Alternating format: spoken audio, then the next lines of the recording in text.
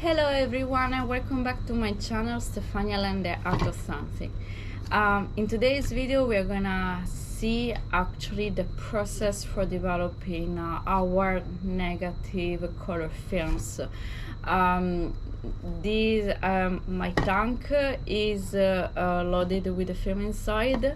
My chemical solutions are ready to the correct temperature that I need in order to develop properly my films. If you want to know more about the process of the phases that I used in order to arrive at this point, please have a look to the description in the info box below the video, because I will put all the information over there and also the links for seeing on other videos how I load a tank or how I arrived to having these chemicals in these conditions. So we are actually ready for developing, and so I just want to give you my tips regarding how I developed, and then I'm gonna leave you with the video. So first of all, in this case I'm using a Paterson tank, and the Paterson tank comes with this pole that I'm gonna put in the middle, and I can rotate. This pole I like to use it in the color films and not in the black and white ones, because the color photography is different from the black and white in the way that I have the color, I have the information on the color, and the concept that I want to send to the final person is just the information on the colors needs to be part of the final message. When I am developing like the black and white pictures, I am more concentrated, for example, in the contrast or in the noise, anything like that. And if you are new to the analog photography, just know that in order to changing the contrast or increasing the noise, for example, these are some steps that I can decide when I am developing my films. And in order for doing that, for example, the agitation that I need to do while I am putting the chemicals inside are fundamental in order to reach my final scope. For example, if I want to have an important noise, a visible noise, I need to work through the developing process in the tank, because I can't have it, I can't change it later while I'm printing in the dark room.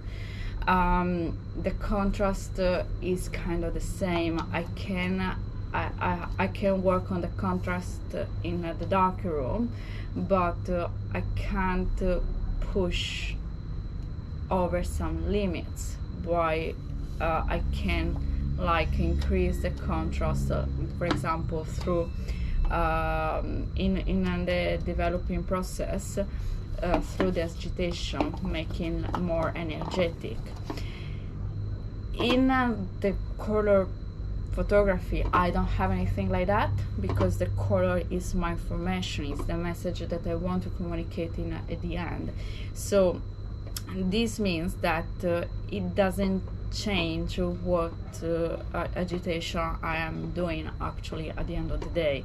So if you want to work closing the tank with this lid and move it in this way, it's fine. If you want to rotate it through this pole in this way, the final result is the same. It doesn't change because it's in the color. This is not the same in the black and white, but this is not part, the black and white is not part of this video. I just want to give you like my very quick impressions. So I just like to use the rotation in this way because when I am developing, the developer is the step that is gonna review my image, but it's gonna also give me the color information. If I'm gonna go over the limits indicated in the instructions, the final result is gonna have some saturation or some color, and it's very difficult to amend that variation after in the darkroom while printing the photo. So usually when you develop a color negative film, your goal is just to produce a picture that is going to be as much as possible close to the reality, and maybe changing the final saturation or something like that later while you're printing. But the main goal every time you are developing a film, in my own idea, is just like to have the final result as neutral as possible, and then changing later, because there are things that you can change later while you print in dark room, and if the film doesn't have the information because you haven't produced it while you're developing, that information is lost. You can't recover it in the dark room.